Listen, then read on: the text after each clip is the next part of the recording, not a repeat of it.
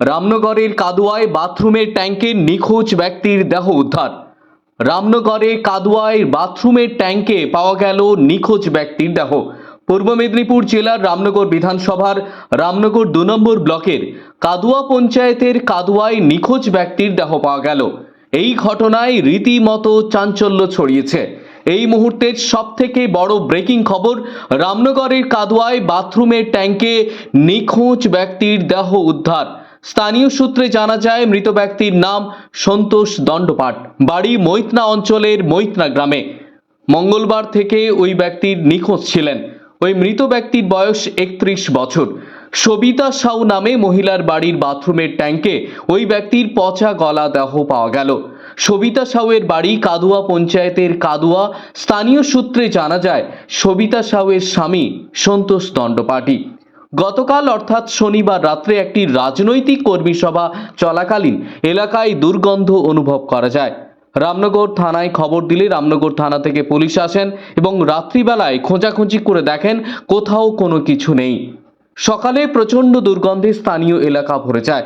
তখন স্থানীয় এলাকার লোকজন এসে সবিতা সাউর বাড়ির বাথরুমের দিকে একটি গন্ধ অনুভব করে।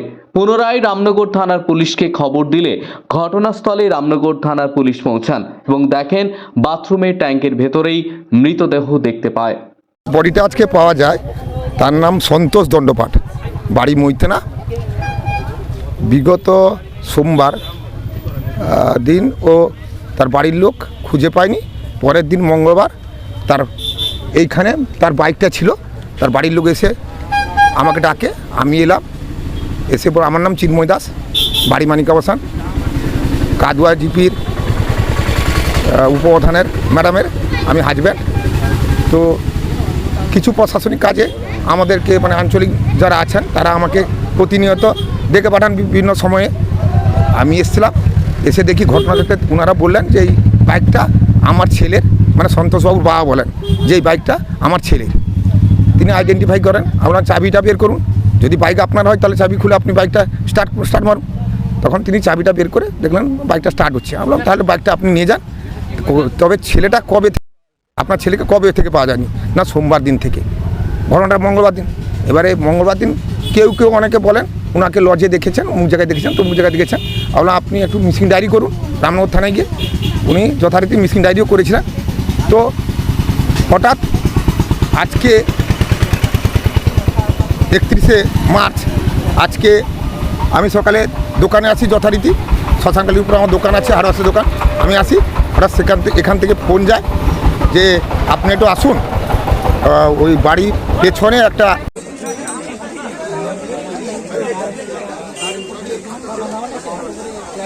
মানে আমরা বুঝতে পারছি যে এখানে প্রণয় ঘটিত ব্যাপার ছিল। ছেলেটা আমাদের পাশের গ্রামে মৈতনার ছেলে, আগে ভুটভুটি রিক্সা চালাতো, এখন অটো চালায়। কোনোভাবে যোগাযোগ হয়ে বিবাহ করেছে, তারপরে সমস্যা হয়েছে, সমস্যার সমাধান কিছু হয়েছে, পরে বাড়িতে সম্ভবত ডেকে নিয়ে এসে প্রি প্ল্যান মার্ডার করা হয়। ঠিক আছে, ওর কি আর কোনো পরিকল্পনা সঙ্গে কেউ আছে মনে হচ্ছে? নিশ্চয়ই এত বড় বডি একটা ভদ্রমহিলা মেরে পায়খানার প্যানের মধ্যে ঢুকিয়ে দেওয়া একার পক্ষে সম্ভব নয়, সঙ্গে অনেকেই জড়িত আছে। তদন্তে এটা নিশ্চয়ই বেরিয়ে আসবে। আমরা তদন্তের দাবি করছি এবং পুলিশ প্রশাসনের কাছে আমাদের গ্রামবাসী এলাকাবাসীর পক্ষ থেকে আমরা এর সঠিক তদন্তের দাবি করছি এবং যাতে অপরাধী ধরা পড়ে যোগ্য পায়। ভদ্রমহিলাটার নাম শুনছি সবিতা সাউ দণ্ডপাট, ফেসবুকে আমরা যেটা দেখছি সবিতা সাউ দণ্ডপাট।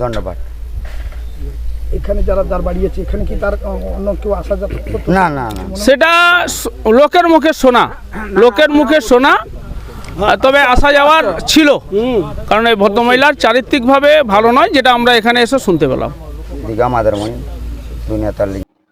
রামনগর থানার পুলিশের তদারকিতে মৃতদেহটিকে বের করার পর জানা যায় মৃত ব্যক্তিটি ওই নিখোঁজ ব্যক্তি। রামনগর থানার পুলিশ ইতিমধ্যেই তদন্ত শুরু করেছে। এই 2-3 দিন এই হুলির কাছ থেকে মোটর সাইকেল লাগিয়ে আসে, আর সেই ঘরের কাছে সেখানে পড়েছিল। তারা বাড়ির লোকেরা সব নিয়ে গেছে। এই বাড়িতে কারা যেতে আসতো সেরকম জানো? না, সেরকম কোনো জানা নেই। হ্যাঁ, আপনি যদি পাশাপাশি বাড়ি, তখন ওর বাড়িতে কেউ আসো? না, সেরকম আমাদের বনিমানাও নেই। আমাদের নামে এর আগে অনেক এই ঝগড়া, তার স্বামীকেও মেরে দিয়েছে। হ্যাঁ মানে তাদের প্রথম স্বামী ছিল, আমার ভাই ছিল, তারা তাকে মেরে দিয়েছে। হ্যাঁ এই ঘরে যে থাকে তার স্বামী এখন আছে? না, মরে গেছে, মেরে দিয়েছে প্রথম স্বামীকে মেরে দিয়েছে। ওর বাইকে।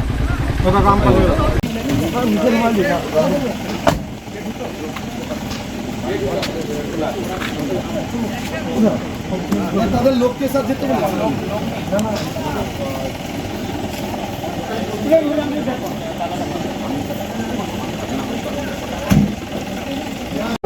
এই 2-3 দিন মানে এই হুলির কাছ থেকে মোটর সাইকেল লাগিয়ে আসে, আর সেই ঘরের কাছে সেখানে পড়েছিল, তারা বাড়ির লোকেরা সব নিয়ে গেছে। এই বাড়িতে কারা যেতে আসতো সেরকম জানো? না, সেরকম কোনো জানা নেই।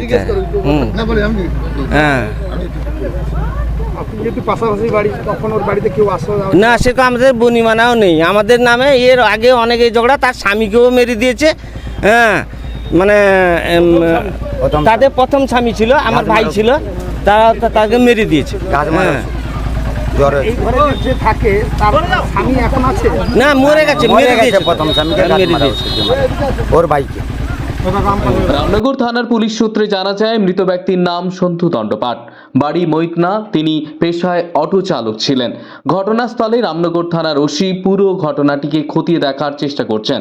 কী কারণে মৃত্যু হতে পারে পুরো ব্যাপারটা খতিয়ে দেখছে রামনগর থানার পুলিশ।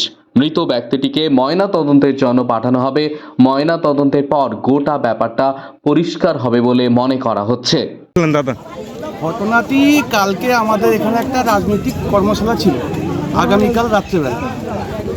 পাশাপাশি এলাকাবাসী কিছু ঘর বললে যে একটা দুর্গন্ধ আসছে। আমরা দেনাদ্দেন প্রশাসনকে খবর দিই। কাল রাত্রেবেলা প্রশাসন এসে দরজা ভেঙে ভিতরে ঢুকে কিছু বডি ফডি কিছু দেখতে পায়নি। তাও আমাদের একটা সন্দেহ থাকে, যে দুর্গন্ধ আসছে, আমাদের একটা সন্দেহের বাতাবরণ তৈরি হয়। তাই সকালবেলা আমাদের উপপ্রধান হাজব্যান্ড চিন্ময় দা আসছেন, বিশিষ্ট সমাজসেবী, ইনি এসে প্লেটটা তুলেছেন। প্লেটটা তুলে দেখতে পান একটা বডি আছে। প্রশাসন এসে বডিটা তোলার ব্যবস্থা করছে। এই অবধি মারার হয়েছে না কি ভাবছেন? অবশ্যই মারার হয়েছে। এই বডি তো এখানকার নয়, মৈত্রের একটা ছেলের বডি।